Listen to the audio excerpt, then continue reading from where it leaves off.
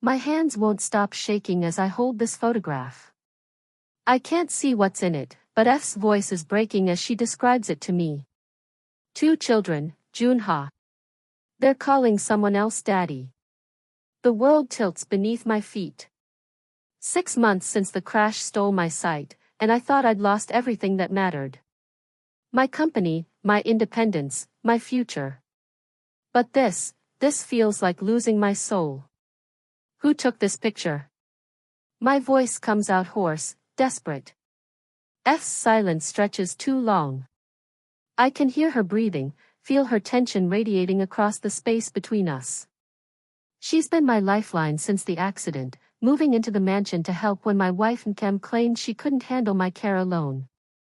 Before I tell you what happened next, let me know in the comments where you're watching from, and subscribe to Mystic Tale by Luna, where stories like this reveal the secrets families try to bury. I found it in Nkem's study, F whispers finally. Hidden behind her business papers. My wife. The woman who promised to love me in sickness and health. The woman who stood by my hospital bed swearing she'd help me rebuild my life. I set the photograph down with trembling fingers. The marble surface of my desk feels cold, final. Everything in this house suddenly feels foreign, like I'm a stranger in my own home. F. I turn toward the sound of her breathing. Tell me exactly what you see. She moves closer. I can smell her perfume, something floral and honest, nothing like Nkem's expensive French fragrances. F has always been different from her sister. Where Nkem commands attention, F observes quietly. Where Nkem speaks in grand gestures, F chooses her words carefully. A little boy, maybe 4 years old. A girl, younger. They're on a beach somewhere tropical. Her voice catches. And they're hugging a man who isn't you. The air leaves my lungs. What does he look like? Tall. Well-dressed. Professional. Something cold settles in my chest. Does he look familiar? Another pause. Too long. Junha. Tell me. He looks like Toby. Toby. My most trusted manager. The man I've relied on for every major business decision since I lost my sight. The man who conveniently stepped up when I needed someone most. The man who's been handling my finances, my meetings, my entire professional life. I reach for my phone with unsteady hands, muscle memory guiding me to the voice activation. Call Nkem. Junha, wait.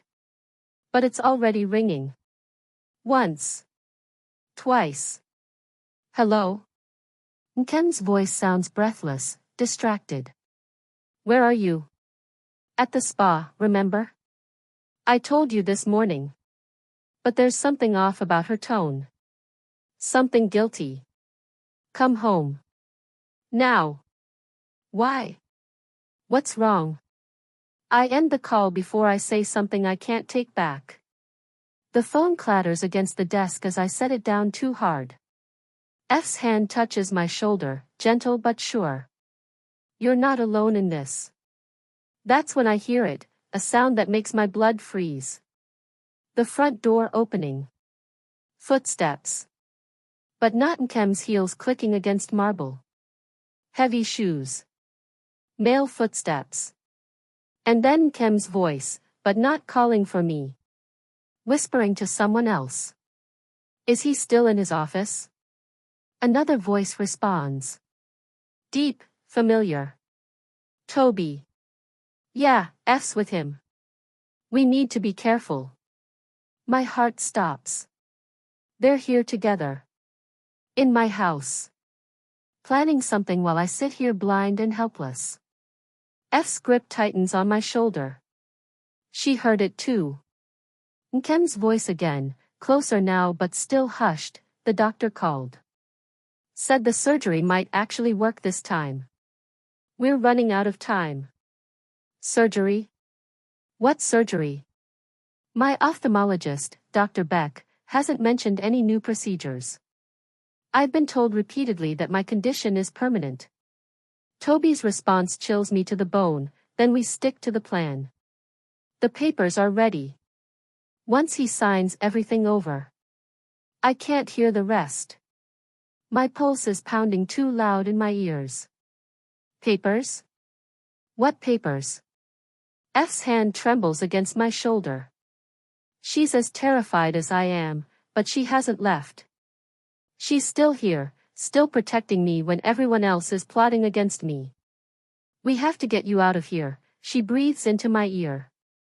But where can a blind man run?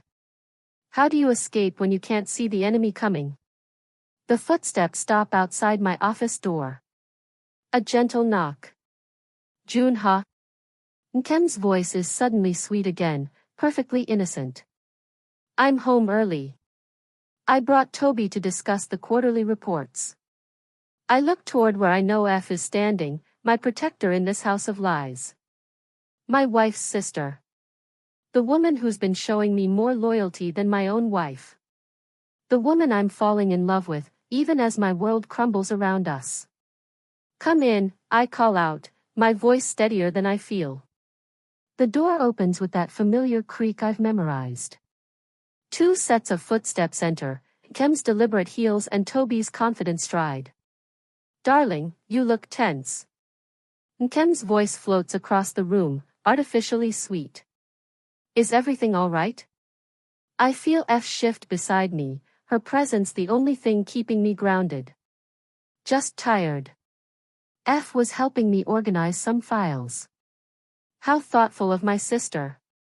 There's something sharp in Nkem's tone when she mentions F.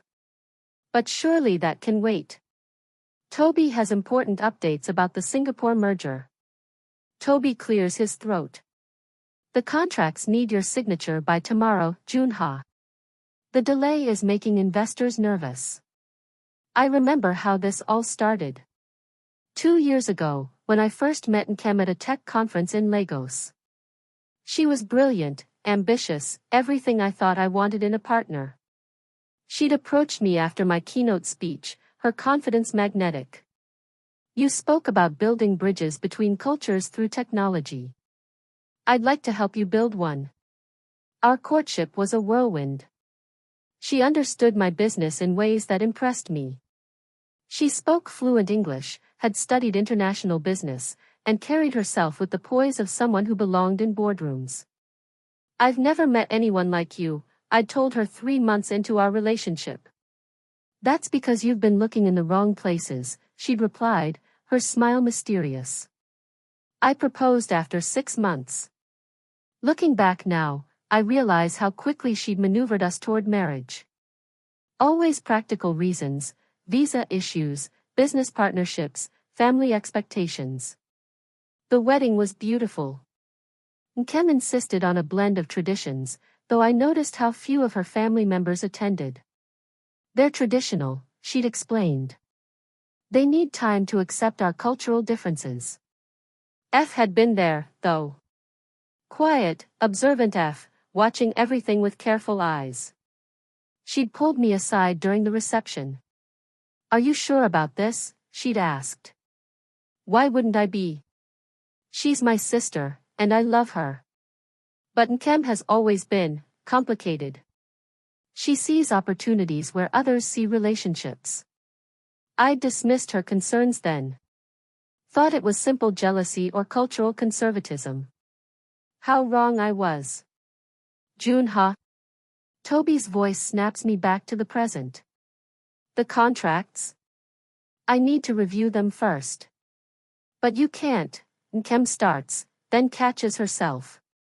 I mean, wouldn't it be easier if I reviewed them for you? Like we discussed.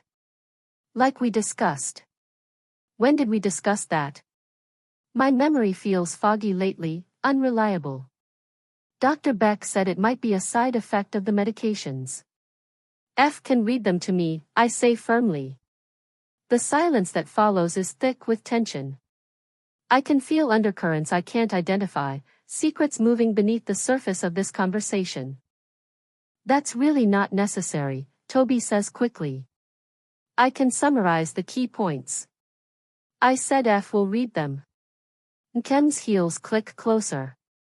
Darling, you're putting too much burden on F. She's been working so hard taking care of you. Her hand touches my shoulder, but instead of comfort, I feel trapped. Her perfume is overwhelming, cloying. When did I start associating her touch with dread instead of love? It's no burden, F says quietly. I'm happy to help. See how selfless she is? Nkem's voice carries an edge. Always sacrificing herself for others. Just like when she gave up her university scholarship to take care of our grandmother. This is news to me. F never mentioned a scholarship. You had a scholarship? I ask. It wasn't important, F deflects. Oxford, Nkem continues, her tone casual but calculated. Full ride for international studies. But family comes first, doesn't it, sister? I feel F tense beside me. There's a story here, layers of family dynamics I'm only beginning to understand. The crash happened 8 months after our wedding. I'd been driving home from a late meeting, thinking about Nkem's suggestion that we start a family soon. The last thing I remember was my brakes failing on the mountain road. I woke up 3 days later in the hospital, my world permanently dark. The doctors say there might be hope, Nkem had told me, her voice thick with tears I now suspect were performed. Experimental treatments. But they're expensive. Money isn't an object. I know, darling. That's why I've been researching the best specialists. Dr. Beck comes highly recommended. Dr. Beck. Co Hun's old medical school roommate. Another convenient connection in what I'm starting to realize might be a very elaborate plan. Actually, Toby interjects now, Dr. Beck called today. He wants to schedule another consultation. My blood chills. He didn't call me. He called me since I handle your appointments now, Kem explains smoothly. He said there might be new options to discuss. New options. The same phrase I overheard in their whispered conversation. What kind of options? We'll discuss it at the appointment, she says. No need to get your hopes up prematurely. But something in her tone tells me hope isn't what I should be feeling. F's chair creaks as she leans forward. Maybe I should come to the appointment too. That won't be necessary, Kem says quickly. Medical discussions can be overwhelming for someone without the background. I have a nursing degree, F says quietly. Another surprise. How much don't I know about the woman who's been caring for me? From where? I ask. University of Lagos. Before the scholarship opportunity. Before she gave up everything to care for family. Like she's doing now, caring for me. The weight of her sacrifice hits me suddenly. She could have had an international career, but instead she's here, reading contracts to her blind brother-in-law while her sister plots God knows what. The contracts, Toby presses again. Tomorrow, I say firmly. I need time to think. Junha, the investors. We'll wait one more day. I hear Toby and Kem exchange a look I can't see but can feel in the silence. Of course, Kem says finally. Whatever you need, darling. But as they leave, I catch Toby's whispered words to Nkem, we can't wait much longer. The door closes, leaving F and me alone with the truth hanging between us like a blade. The children in the photograph, I say quietly. How old did you say they were? 4 and 2, maybe. I do the math. Our marriage is barely 2 years old. These children existed before Nkem even met me. F. I turn toward her voice. I need you to tell me everything you know about your sister's life before we met. Her silence stretches long enough that I wonder if she's going to protect Nkem despite everything. Finally, she speaks, there are things I suspected but never confirmed. Things I hoped weren't true. Tell me. Nkem was involved with someone in Lagos. Serious enough that there were rumors of marriage. But then she got the opportunity to attend that tech conference where you were speaking. My heart sinks. She came there specifically to meet me. I think so, yes. The woman I fell in love with was a fiction. A carefully crafted persona designed to win my trust, my heart, my fortune. And Toby? He started working at your company 6 months after your wedding. Nkem recommended him. 6 months. Right around the time she would have been establishing her position as my wife, gaining access to my business operations. I leaned back in my chair, feeling the full weight of the deception. They've been planning this for over 2 years. The marriage, the accident, my blindness, all of it orchestrated. But there's one thing they didn't plan for. That night, I can't sleep. Every sound in the house feels amplified, threatening. Around 2 a.m., I hear Nkem's phone buzzing on her nightstand. She thinks I'm asleep as she whispers into the device. Not yet. He's getting suspicious. My blood turns to ice as I listen.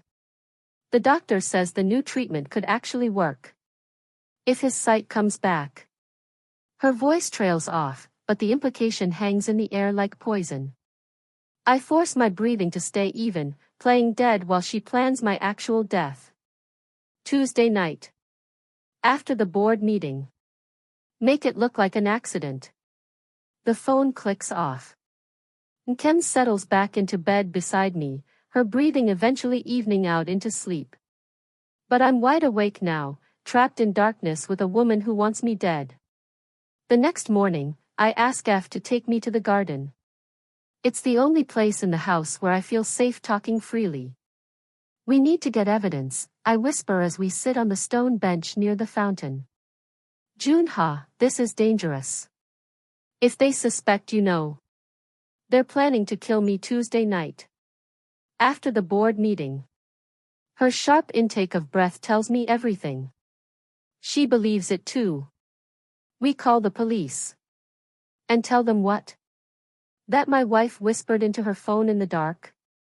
We need proof. F is quiet for a long moment. Then, I know where Nkem keeps her important documents. There's a safe in her study. You know the combination? She uses the children's birth dates. The children who aren't mine. The family she hid from me while playing the devoted wife. That afternoon, while Nkem is at her supposed yoga class and Toby is in meetings, F guides me to Nkem's study. The safe is behind the painting of the Lego skyline, she whispers. My fingers find the frame, slide it aside. The safe beeps as F enters the code. What do you see? Papers rustle as she searches. Birth certificates. 2 children. Mother, Nkem Okello. Father, Tobias Adebayo. Toby. They even share the same last name. There's more. A marriage certificate. Dated 3 years ago. 3 years. A full year before she met me. Junha. F's voice is barely audible. There's a life insurance policy. On you. $20 million. Beneficiary, Nkem Okello Park. My knees nearly give out. 20 million reasons to want me dead. And business documents. Transfer agreements. If you die, your shares in the company go to your widow. But there's a clause, if you're declared mentally incompetent, she gets power of attorney. The medications. The way Dr. Beck always asks about my memory, my cognitive function. They're not just keeping me blind, they're building a case for mental incompetence. We have to get out of here, F says urgently. But as we turn to leave, we hear the front door slam. F? Where are you? Nkem's voice echoes through the house. We freeze. The safe is still open, documents scattered. Kitchen, F calls back, her voice surprisingly steady. Making lunch. Quick footsteps in the hallway. Nkem appears in the study doorway just as F slides the painting back into place. What are you doing in here? Junha wanted to sit somewhere quiet. This room has good natural light. It's a perfect lie. I can't see the light anyway. Nkem's heels click closer. You both look flushed. Are you feeling all right? Just tired, I manage. But something in the air has changed. Nkem knows. Maybe not exactly what we discovered, but she senses the shift. Toby's coming for dinner tonight, she announces. We have important business to discuss. If you're feeling that same shock I felt, subscribe to Mystic Tale by Luna. Because what happened next changed everything we thought we knew about family, love, and the choices we make to protect the people we love most. That evening, Toby arrives with a briefcase and a grim expression. The Singapore investors are getting impatient, he says without preamble. They need your signature tonight, or they're pulling out. Let me hear the terms again. As Toby reads the contract, I realize what I'm actually signing. It's not just a merger, it's a complete transfer of control. If this deal goes through, I'll own nothing but debt. This doesn't sound right, I interrupt. The legal language is complex, Nkem says smoothly. But Toby has reviewed everything carefully. I want my lawyer to review it. There's no time, Toby insists. The Singapore team flies back tomorrow morning. I stand up abruptly. Then they'll have to wait. The silence that follows is arctic. Junha, Nkem's voice hardens. You're being unreasonable. Am I? Or am I finally being smart? That's when I hear it, the sound that changes everything. The front door opening, followed by small footsteps and children's voices. Mama. Papa. Two children run into the room.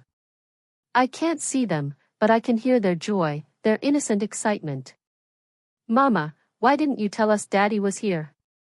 The older child's voice is confused. My heart stops. They're talking to Nkem.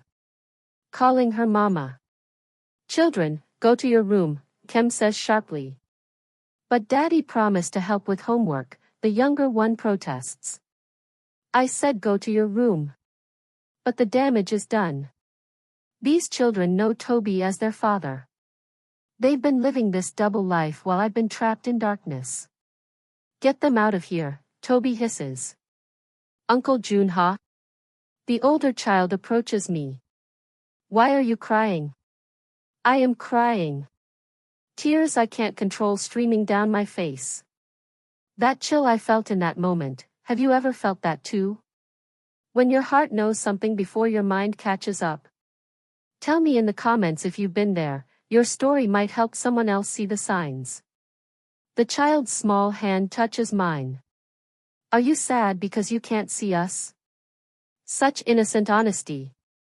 This child has no idea they're witnessing the destruction of my entire world.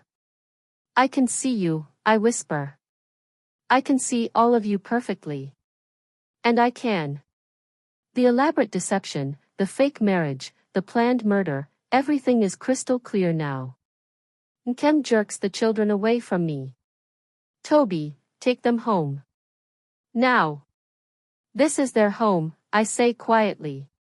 The words hang in the air like a confession. What did you say? Nkem's voice is dangerous now. This is their home. Your home. Your real family. Toby steps forward. Junha, you're confused. The medications. The medications you've been giving me to keep me compliant? To make me easier to manipulate?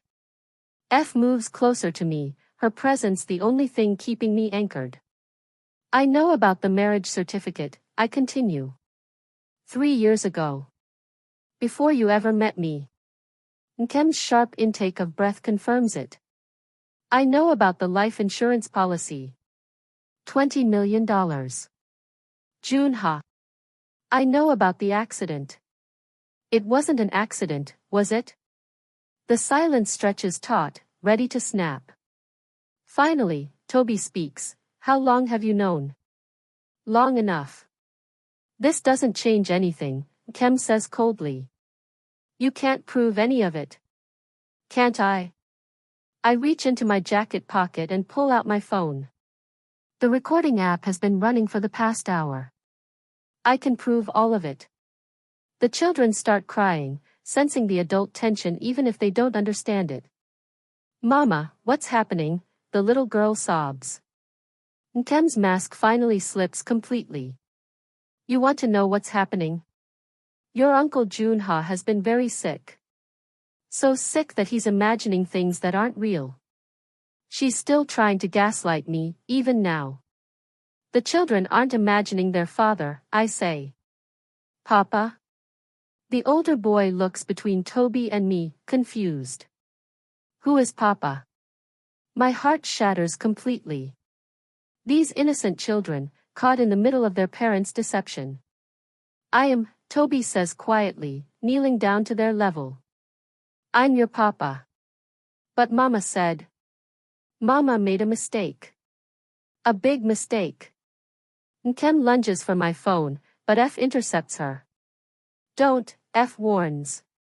It's over, sister. You're choosing him over family? Nkem spits. I'm choosing truth over lies. Justice over greed. The confrontation I've been dreading and craving finally explodes. You destroyed everything. Nkem screams at me. You were supposed to die in that crash. I know. You ruined everything. We had it all planned. I know.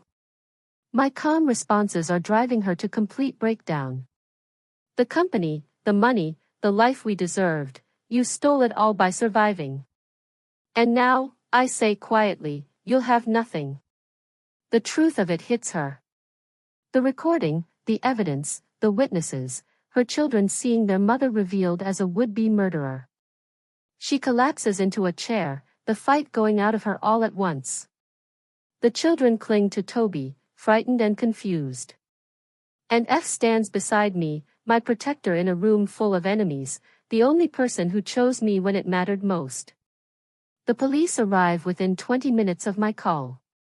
Blue and red lights flash through the windows I can't see, but I feel their presence in the sudden tension that fills the house. Detective Kim takes my statement while F sits beside me, her hand steady on my shoulder. The recording plays back our entire conversation, Kim's confession crystal clear.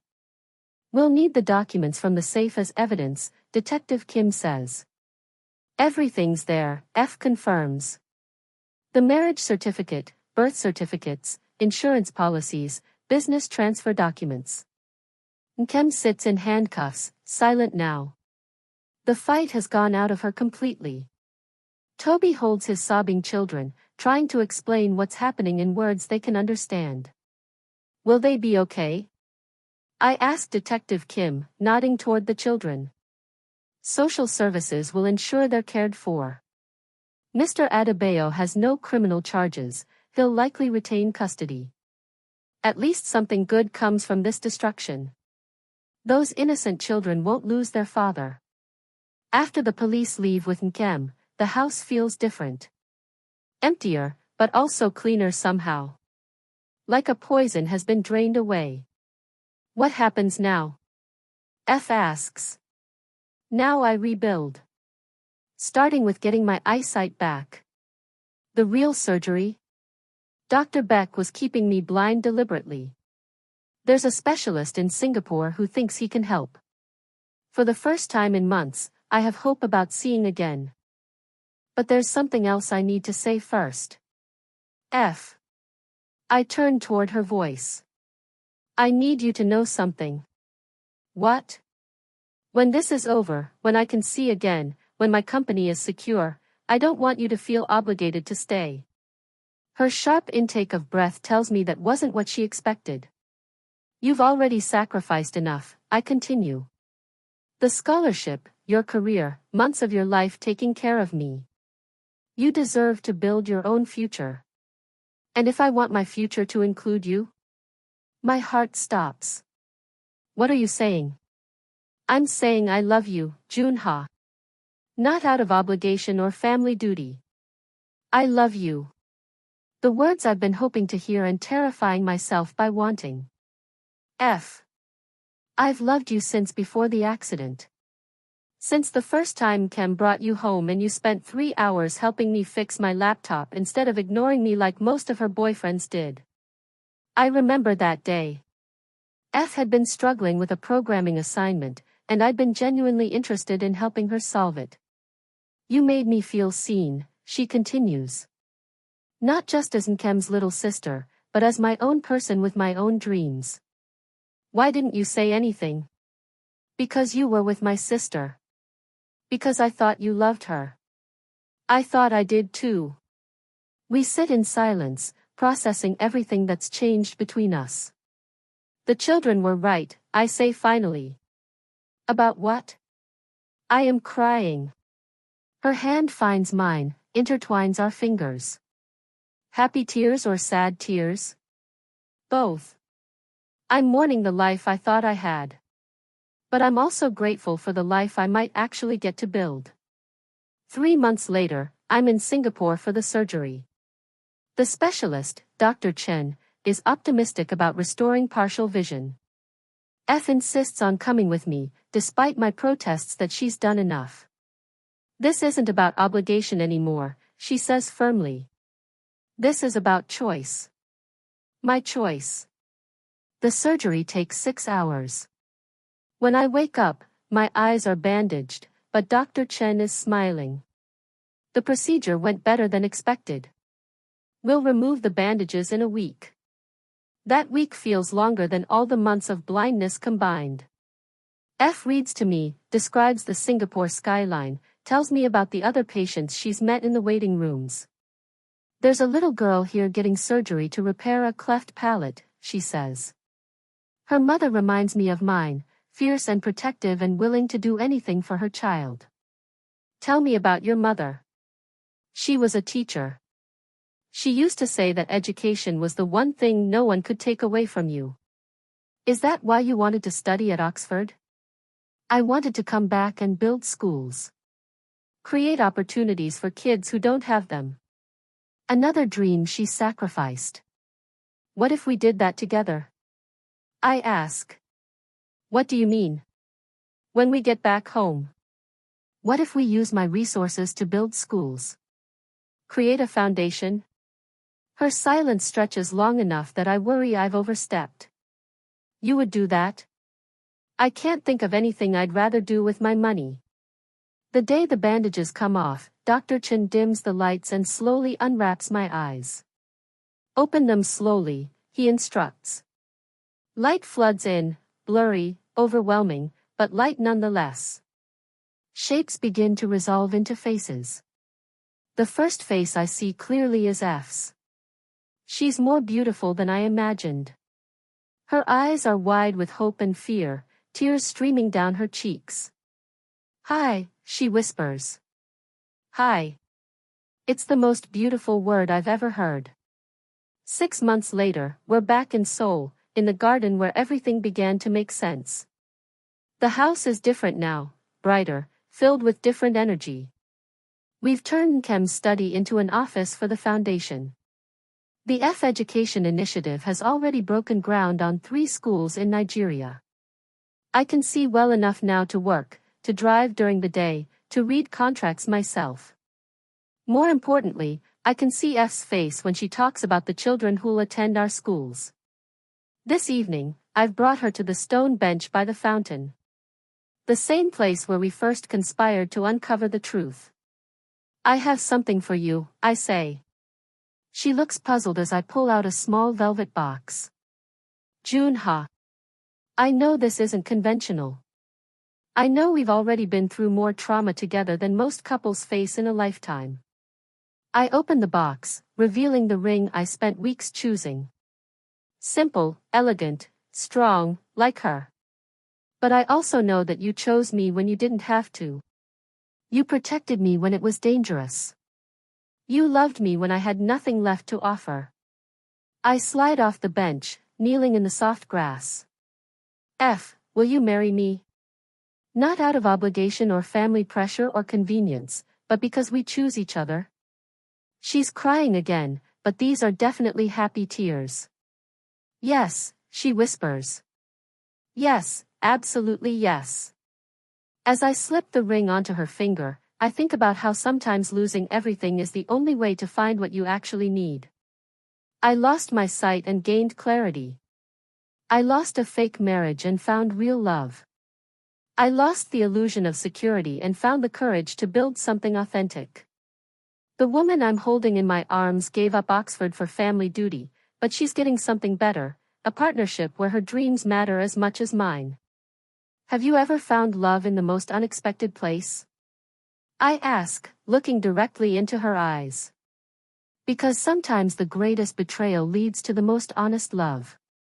Sometimes the person who saves you is the one you never saw coming.